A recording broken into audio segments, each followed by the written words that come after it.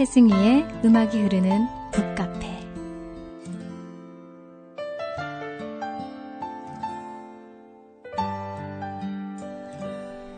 한 주간도 평안하셨나요? 음악이 흐르는 북카페 최승희입니다. 오늘 여러분은 얼마나 주님을 생각하며 사셨나요? 실제로 우리가 예수님과 함께 사는지 살펴보면 상당히 당황스러워지는데요. 우리는 계속 일 생각하고 사람 생각하고 어려운 일 묵상하며 주님 생각은 못하고 하루 종일 살아가는 듯 합니다. 오늘 여러분과 함께할 책은 유기성님의 네가 나를 사랑하느냐입니다. 이 물음은 예수님이 자신을 3번 부인한 베드로를 찾아가셔서 물으신 질문인데요. 여러분에게도 이미 익숙한 말씀이라고 생각됩니다. 이 물음은 베드로뿐만 아니라 지금을 살고 있는 바로 우리에게도 묻는 물음이시겠죠. 네가 나를 사랑하느냐? 여러분은 어떻게 대답하실 건가요? 이 책에서는 예수님을 바라보는 것이 예수님을 사랑하는 것이라고 합니다. 또 24시간 주님을 바라볼 수 있도록 자신을 살피는 훈련과 나는 죽고 내 안에 예수님이 살 수 있는 방법으로 영성일기 쓰기를 권하고 있습니다. 찬양 먼저 들으실게요. 최인혁의 나는 죽고 주는 살고.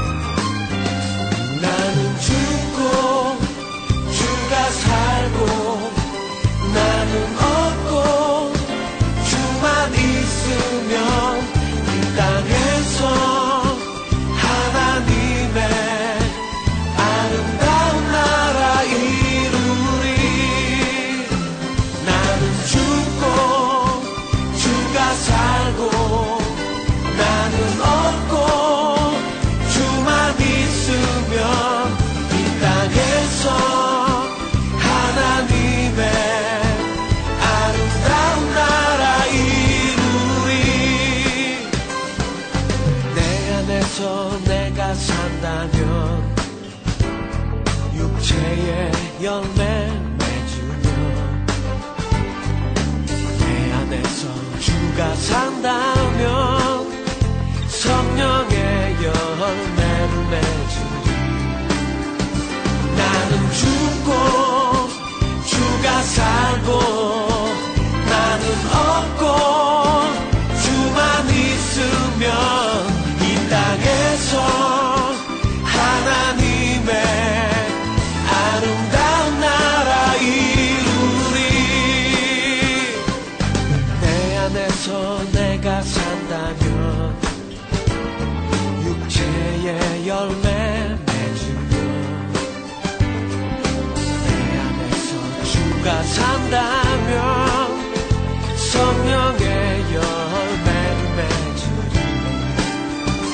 나는 죽고 주가 살고 나는 없고 주만 있으면 이 땅에서 하나님의 아름다운 나라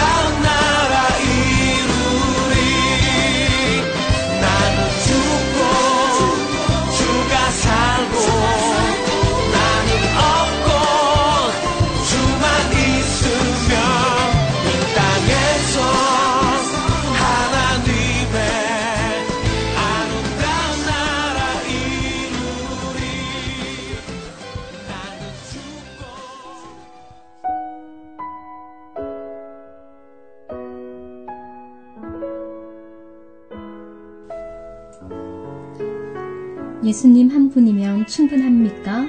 4장 내용 중 내 마음을 다오입니다. 하나님께서 왜 우리에게 너는 완전히 순종하겠느냐? 라는 불길한 질문을 자꾸 하실까요? 너 이것 바칠 수 있느냐? 너 이것도 포기할 수 있느냐? 이것도 버릴 수 있느냐? 너 순교도 할 수 있느냐?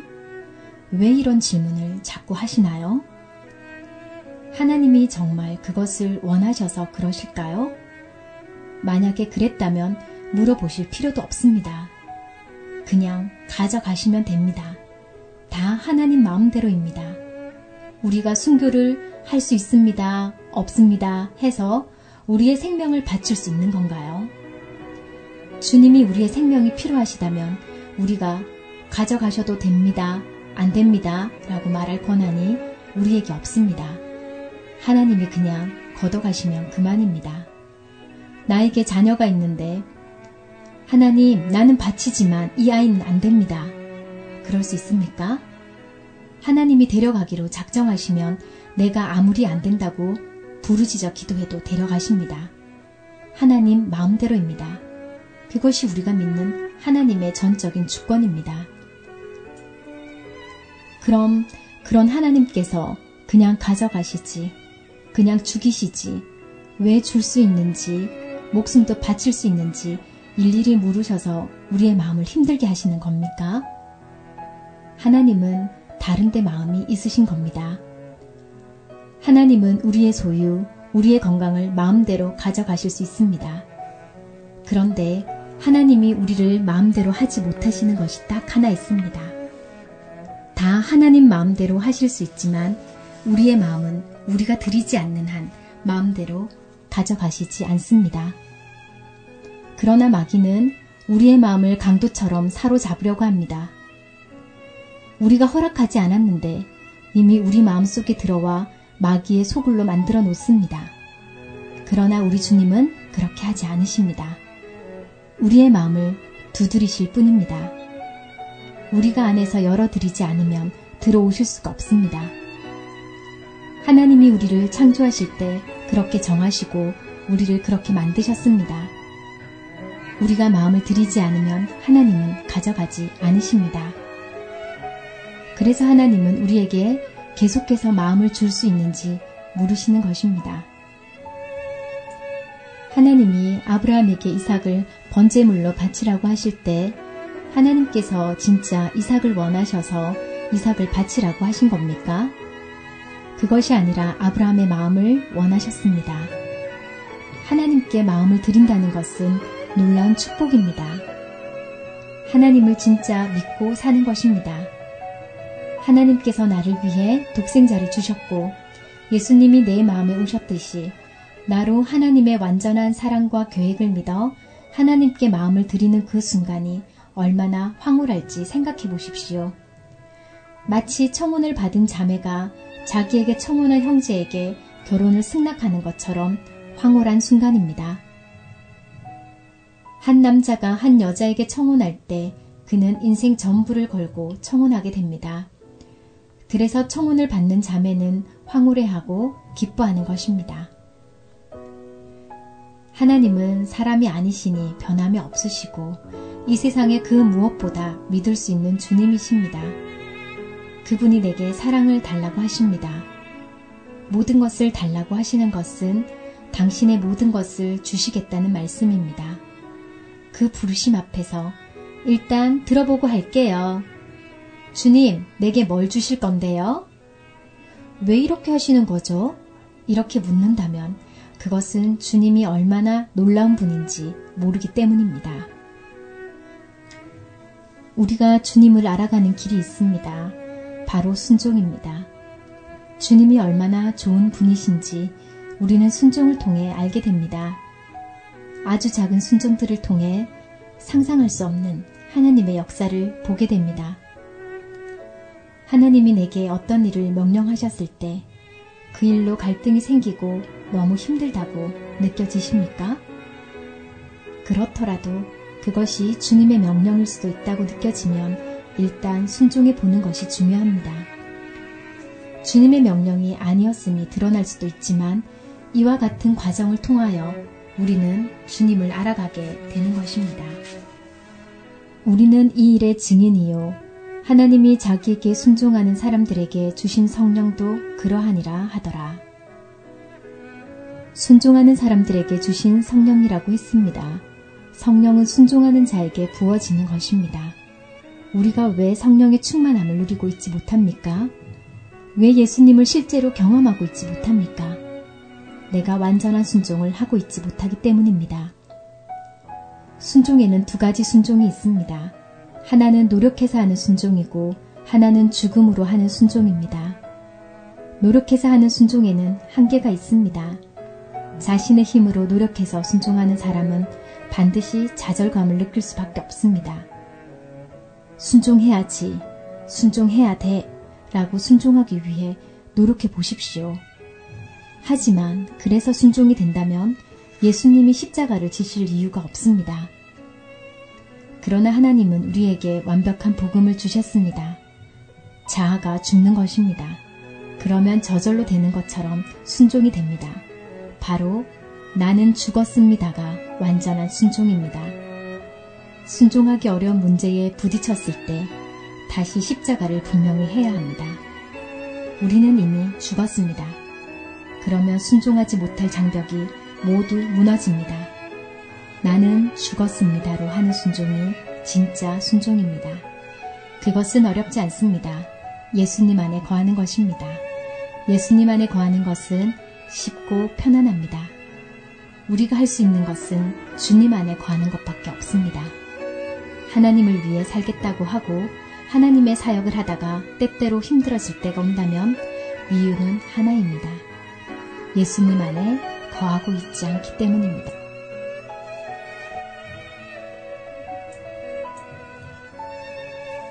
예수님이 나에게 순종하겠느냐? 뭔데요?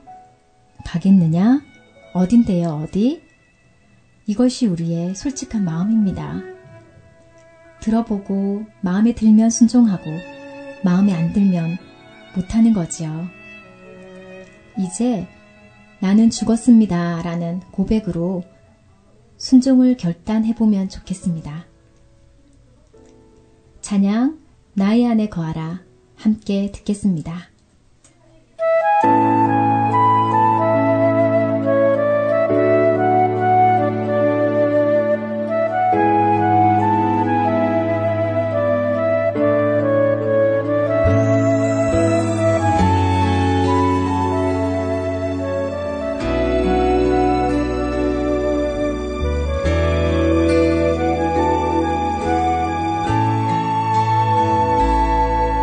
나의 안에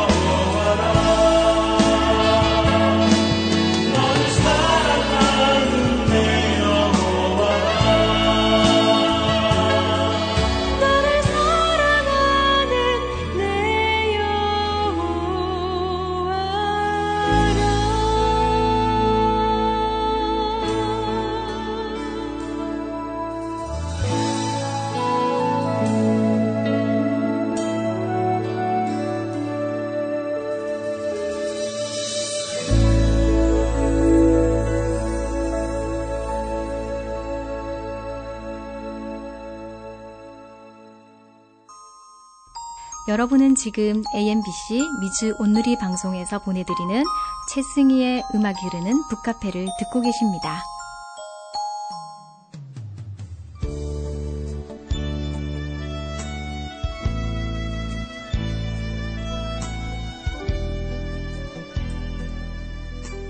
예수님을 24시간 바라보십니까? 5장의 내용 중 나도 주님을 바라보리라 입니다. 저는 2008년도에 교회의 허락을 받고 안식어를 가졌습니다. 한 달간 요양함에 쉴 때 프랑크 루박 선교사님을 알게 됐습니다. 그 선교사님은 우리가 가진 문제로 똑같이 고민한 분이었습니다. 그는 미국인으로 필리핀에서 선교사로 사역하셨습니다. 프랭크 루박 선교사님의 고민은 하나님이 정말 살아 계시는데 왜 내 삶 속에서 역사하지 않으시는가 하는 것이었습니다. 하나님은 분명히 살아 계시고 나와 함께 계신 것을 알지만 자신에게 주님과 함께하는 분명한 체험이 없다는 그의 고민은 우리가 가진 고민과 같습니다. 안 믿는 것은 아닙니다. 하지만 삶 속에서 주님의 임재를 항상 느낄 수 있는 것도 아닌 그런 삶에서 나온 고민입니다. 그는 1930년 1월 1일부터 결심을 합니다. 하나님이 정말 살아 계시고 나를 보고 계신다면 나도 하나님을 바라보아야겠다. 나도 계속 하나님을 바라보고 살아보자. 그리고 결심한 것을 끝까지 지키기 위해 일기를 쓰기 시작했습니다. 하나님을 계속 바라본 삶의 기록을 하루하루 남깁니다. 내가 오늘 아침 눈을 뜨면서 주님을 바라본 것, 오늘 밥을 먹을 때 주님을 바라본 것, 오늘 하루를 시작하면서 하나님이 처음 의식이 된 것이 언제였는지, 또 어떤 사람을 만났을 때 주님을 바라보았는지, 주님을 바라보고 사는 자신의 삶을 기록으로 남기는 것입니다. 그의 일기가 프랭크 루박의 편지라는 제목의 책으로 나와 있습니다. 그의 일기가 보고 싶어서 국내에 출간된 책이 있는지 백방으로 찾아보았지만 찾지 못하다가 찾게 되었는데 일기가 아니라 편지라는 제목으로 나와 있었습니다. 게다가 내용을 모르면 읽어도 감동이 없습니다.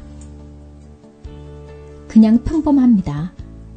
프랭크 루박 선교사의 하루 일과를 써놓은 것입니다. 그렇지만 내용을 알고 읽으면 엄청납니다. 그 일기를 하나하나 읽기 시작하면 3월이 다르고 4월이 다르고 5월이 다르고 6월이 다릅니다. 그 비밀은 프랭크 루박 선교사가 매일 주님을 바라본 것입니다. 그리고 그것을 계속 일기로 쓴 겁니다.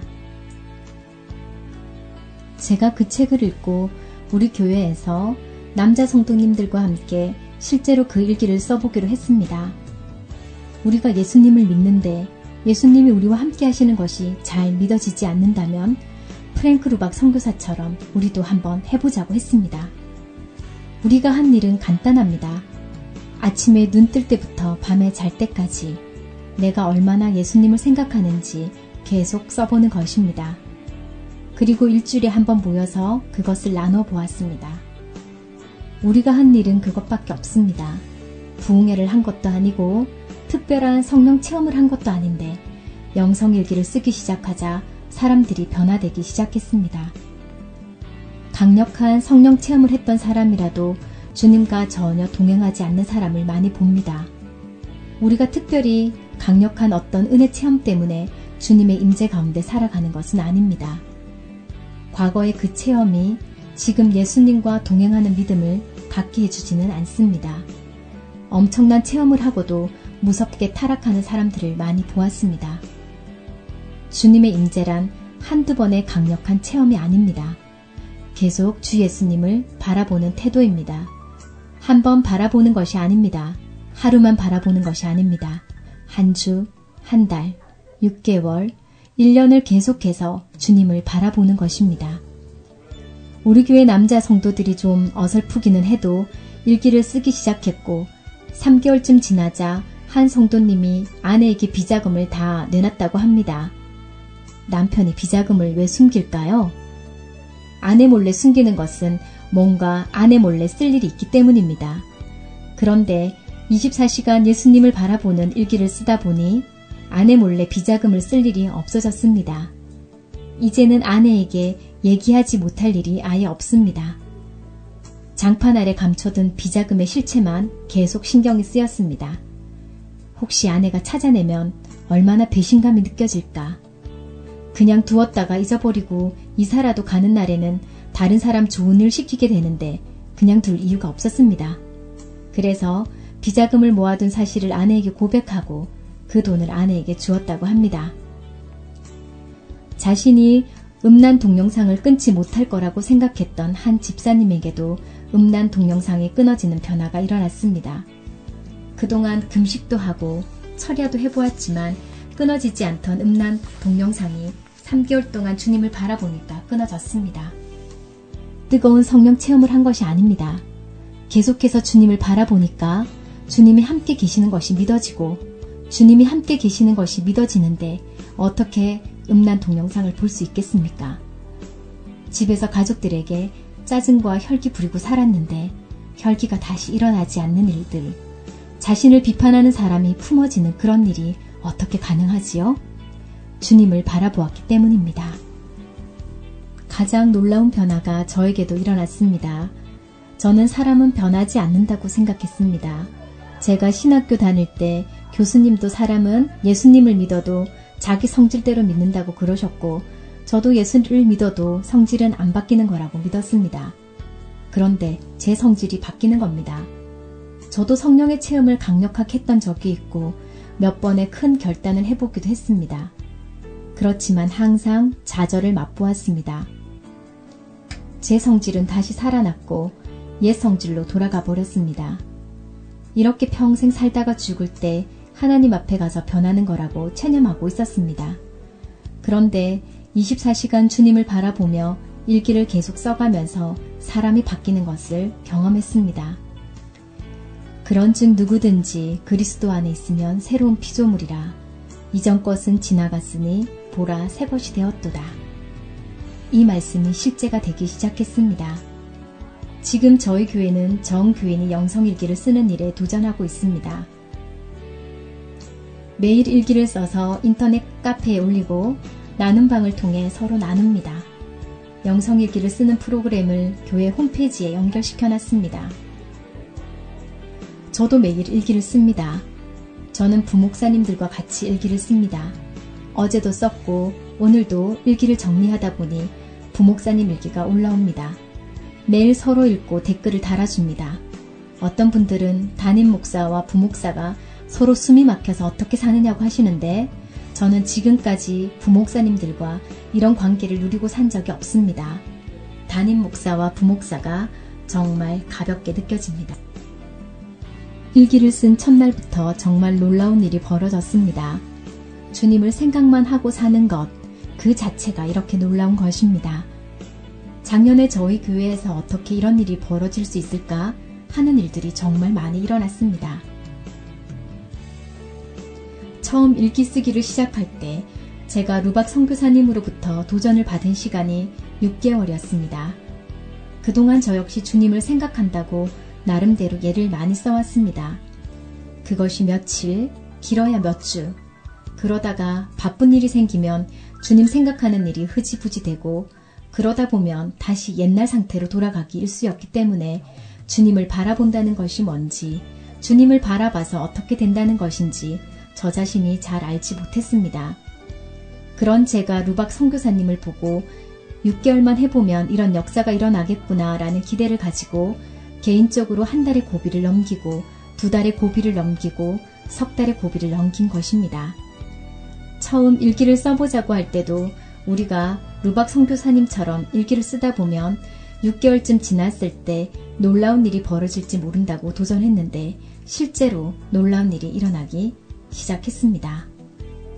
우리도 오늘 밤 잠들기 전에 이런 기도를 드려보면 어떨까요? 주님, 제가 내일 아침에 일어날 때 주님 생각하기를 원합니다. 제가 내일 식사할 때 주님 생각하기를 원합니다. 제가 내일 사람들을 만날 때에도 주님 생각하기를 원합니다. 주리의 예수 닮기를 마지막 곡으로 전해드리며 음악이 흐르는 북카페는 다음 주에 여러분 만날게요. 한 주간도 평안하세요.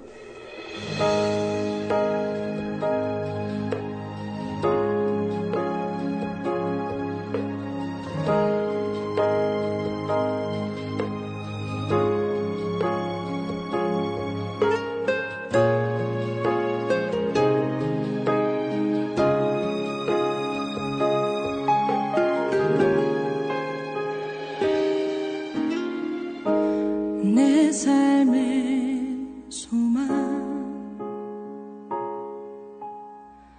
내가 바라는 한 분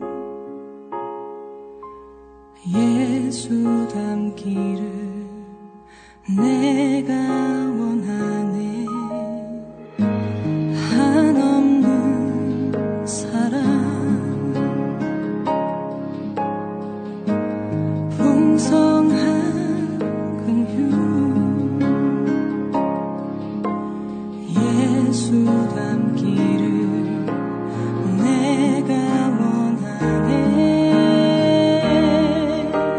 예수 닮기를 예수 보기를 예수만 높이기 내가 원하네 내 평생 소원 예수 닮기를 예수만 닮기를 내가 원하네